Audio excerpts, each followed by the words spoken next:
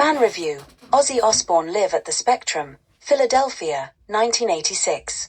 Reviewer: Dave Metalhead Simmons, age 23. October 22nd, 1986, is a night I'll never forget. The Prince of Darkness himself, Ozzy Osbourne, brought the Ultimate Sin tour to the Spectrum in Philly, and it was everything a metal fan could dream of.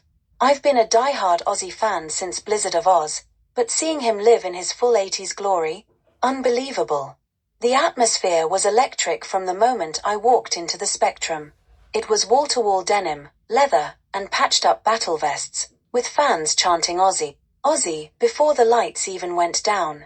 At around 8:45, the house lights dimmed, and an ominous rumble filled the arena. The curtain dropped, revealing a massive, Gothic cathedral-style stage setup, complete with stained glass windows glowing with demonic imagery.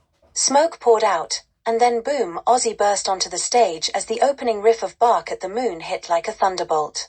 He looked wild and untamed, wearing a black sequined robe and flinging his arms like a man possessed. His iconic manner of curly hair whipped around as he sprinted across the stage, hyping the crowd like only Ozzy can. His voice was raw and powerful. He hit every high note on Suicide Solution like it was nothing. The band was equally on fire.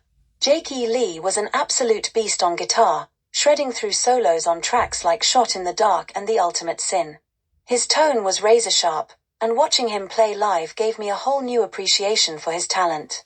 Bassist Phil Sosin and drummer Randy Castillo kept everything tight and thunderous, giving Ozzy the perfect foundation to unleash his madness. The setlist was a dream come true for fans.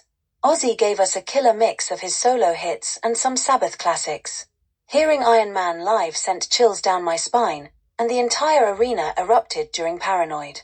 But the standout for me was Crazy Train. When that opening riff hit, I swear the roof almost came off the place. Every single person in the crowd was jumping, screaming, and throwing up devil horns.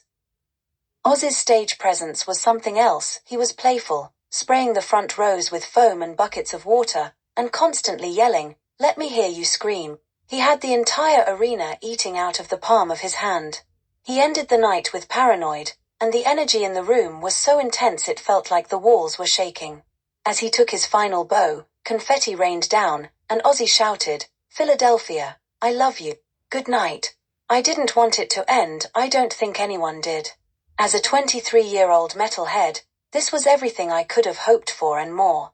Ozzy isn't just a rock star, he's a legend, and that night at the Spectrum, he proved why he's the Prince of Darkness.